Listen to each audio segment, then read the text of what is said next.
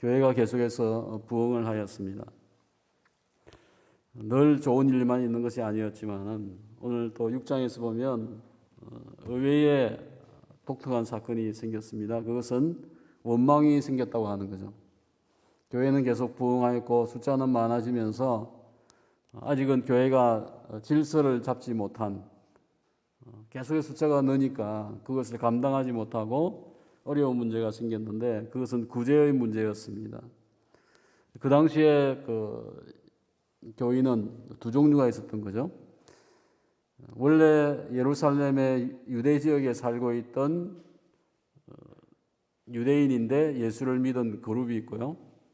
또 한편은 이제 해외에서, 팔레스타인 지역이 아닌 해외에서 살던 유대인들, 또 이제 이방인이 예배하기 위해서 올라왔다가 또는 이제 기독교를 접하면서 올라왔다가 예수를 믿고 같이 생활을 하고 있는 두 그룹이 살고 있다고 하는 것입니다. 그래서 이제 해외에서 온 사람은 어떤 특징이 있습니까? 팔레스타인 말을 못해요. 아람어를 썼는데 그 말을 못하고요. 그리고 유대에 있는 사람들은 헬라 말을 또 잘 못하니까, 통하긴 했지만은 잘 못하니까 문제가 많이 생겼습니다. 그런데 교회 안에 이제 이 문제가 생긴 거죠.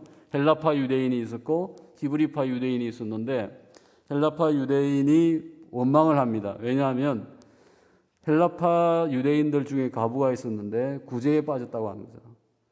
늘 교회가 도움을 주는데 헬라파, 해외에서 온 쉽게 말하면 교포죠. 교포 유대인에게 구제가 잘 이루어지지 않으니까 원망이 생겼다고 하는 얘기입니다. 좀 이상하게 들리죠. 왜 원망이 생겼을까? 똑같이 나누어졌을 것인데 이 언어가 틀렸기 때문에 두 언어가 여기 공존을 한 모임이었습니다.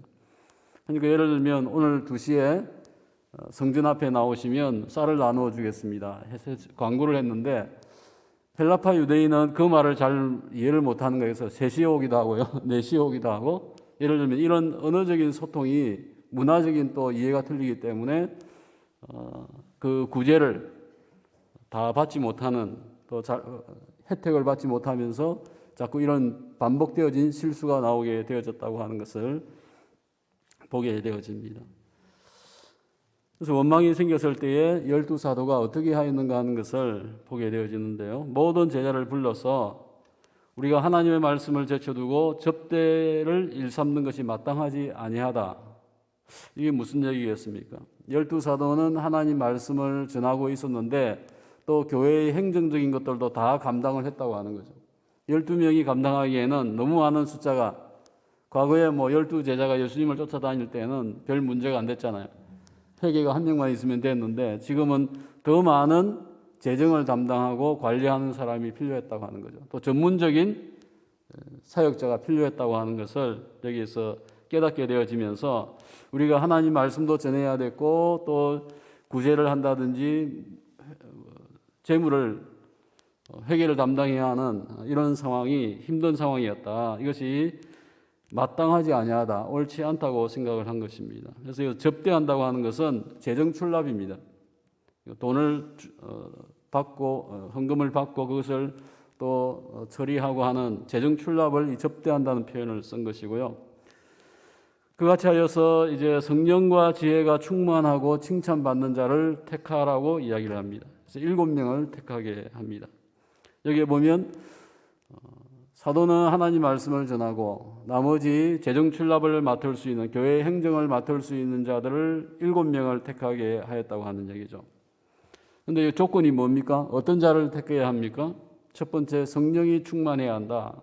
하나님의 영이 있고 하나님에게 분명한 구원의 확신과 은혜를 받은 자가 이것을 담당해야 된다고 하는 거죠. 두 번째는 무엇입니까? 지혜가 있어야 한다. 이 지혜는 그냥 똑똑하다는 것이 아니고 산수를 잘해야 되겠죠. 그죠? 또 재정 출납에 대한 기술적인 지혜, 이것이 있는 전문가를, 그걸 할 수 있는 능력이 있는 사람을 세워야 한다는 얘기고요. 세 번째는 칭송받는 자, 칭찬받는 자, 인품이 좋고 모두에게 덕을 끼칠 수 있는 일꾼을 세워야 한다고 하는 것이 이 3가지 조건이 여기서 나오고 있습니다. 왜 7명입니까? 그 당시에 공의회에서 사물을 보고 행정을 보는 그 숫자를 7명으로 정한 관습이 있었습니다. 해서 교회도 그 관습을 쫓아서 우리 큰 공동체니까 여기서 행정을 담당할 수 있는 7명을 뽑자 해서 7명을 뽑은 것으로 생각을 합니다. 그래서 그들에게 이 재정 출납의 일들을 맡기자라고 한 것이죠. 그러면서 우리는 오로지 기도하는 일과 말씀 사역에 힘쓰겠다라고 이야기를 합니다. 그것이 4절 속에 있는 말씀이고요. 그래서 이제 교회가 좀 주묵구구식이었지만 이제는 어찌 됩니까? 말씀을 준비하고 전하는 자들, 재정 출납을 하는 자들, 뭔가가 좀 질서 있게 행정이 이루어지면서 어떤 결과가 생겼느냐 하면 하나님의 말씀이 점점 왕성하여 예루살렘에 있는 제자의 수가 더 심히 많아지고 교회의 행정 시스템을 조금 조정했더니 교회가 또 부흥을 했다고 하는 거죠.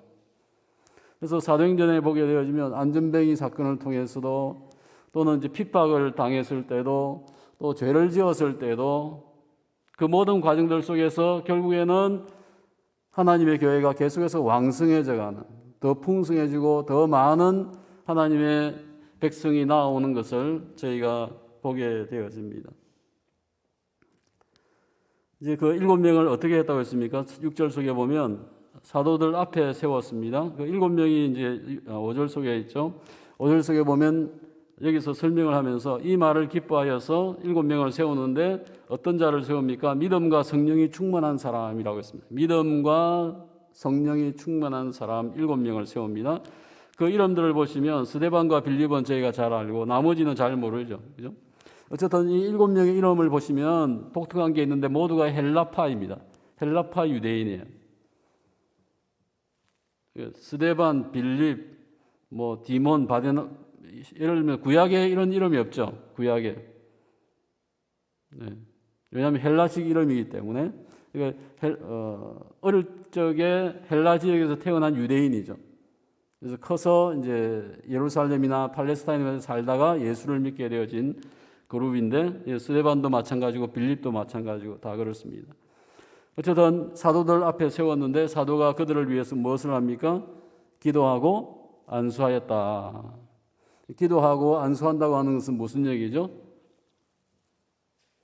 이 중요한 사역을 지금 교회를 위한 이 중요한 사역을 위탁한다고 하는 거죠. 그리고 그 일을 행하는데 권위까지 부여한다는 의미가 있습니다. 사도가 그와 같이 하여서 교회가 안정이 되어지면서 하나님의 말씀은 더욱 왕성하였다. 말씀에 더 집중하게 되어지고 그 사역이 왕성하게 되고 더 잘 가르칠 수 있게 되어지는 상황이 되어졌다고 하는 거죠. 혼자서 다 할 수 없기 때문에 물론 12명이었지만은 그 숫자로도 그 수많은 성도들을 이끌 수는 없었다고 하는 얘기입니다. 오늘 이와 같이 4절, 7절 속에 나와 있는 하나님의 말씀이 점점 왕성하여진 이유는 무엇입니까? 4절 속에 우리는 오로지 기도하는 일과 말씀하는 사역에 힘쓰겠다고 하였는데 실제 그와 같이 하였기 때문에 교회가 더욱더 왕성하게 되어지고 숫자가 더하여졌다 하는 것을 깨닫게 되어집니다. 오늘 교회가 문제를 만났을 때에 그것이 원망이었고 또 비평이었을 수도 있겠지만은 오늘 사도들 모습을 보면 반성을 하지 않습니까? 아, 이게 왜 이렇게 되었을까? 왜 구제에 빠지게 되어지고 차별되어지는 상황이 되었을까? 의도한 것은 분명히 아니었습니다. 실수였고 잘못하였지만은 그곳에서 자기들 문제점을 보고 나서 반성을 하고 어떻게 해야 되겠다라면서 해결책을 잘 찾은 것을 보게 되어집니다. 그래서 그 해결책의 원리가 어떤 것이 있습니까? 분담의 원리죠. 부담을 같이 나누어지는 거예요. 부담을. 사도 모두가 다 가지고 있던 그 짐을 7명의 일꾼을 세워가지고 일들을 분담하였다고 하는 것을 기억해 볼 필요가 있겠고요. 또한 은사별로 나누었습니다. 말씀을 맡은 자들, 또 전문적인 어떤 상업적인 기술도 있고 해서 재정 출납을 맡은 자들, 이와 같이 은사별로 사역이 나누어져 있었지만은 유기적이었고 협력적인 교회의 모습을 유지했다고 하는 것을 기억해야 되겠습니다. 오늘 세운 봉사자의 모습이 성령이 충만하고 믿음이 충만하고 지혜가 있는 자였다. 또한 칭찬받는 자였다고 하는 것을 볼 때에 참 우리가 하나님의 교회를 섬길 때에 어떤 성도를 또 일꾼으로 세워야 하는가 하는 것을 깨닫게 되어집니다. 여기서 성경에서 보면 보통 7집사라고 이야기를 하죠. 근데 여기서는 집사라는 얘기는 안 나옵니다. 특별하게 이 재정에 대한 부분을 전담할 수 있는 7명의 일꾼을 세운 사건. 그것이 이제 집사나 장로나 어떤 교회의 일꾼의 이제 모형이 되어진다라고 이야기할 수 있겠습니다.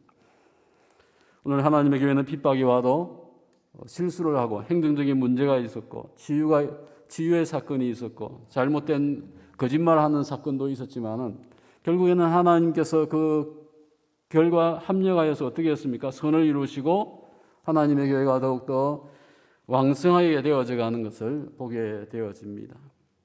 오늘 우리의 또 그 뒤에 한 가지 보면요, 7절 마지막 말씀 속에서 제사장의 허다한 제사장의 무리도 이 도에 복종하였다고 하는 좀 독특한 표현이 있습니다. 제사장은 종교적인 유대교 안에 전문적인 제사를 담당하는 자이죠. 이제 이들이 한두 명이 아니고 많이들 이제 예수님을 믿고 나아왔다 하는 것을 보게 되어집니다. 오늘 기도하실 때에 하나님의 교회 가운데 이러한 성령이 충만하고 믿음이 충만하고 지혜가 충만하고 칭송을 받는 하나님의 일꾼들을 많이 세워주시기를 위해서 기도하시고요. 또한 온전히 자신이 맡은 사역이 그것이 남이 할 수 있는 게 아니고 내가 해야 된다고 하면 거기에 대해서 충성하고 전문가가 되어져야 되겠고요. 또 모두에게 덕을 끼치면서 또 내 사역, 네 사역이 아니고 유기적인 협력적인 사역이 이루어질 수 있어야 되겠습니다. 이러한 우리 교회의 삶들을 위해서 봉사를 위해서 기도하시고 오늘도 기도했으면 좋겠습니다. 기도하겠습니다. 하나님 아버지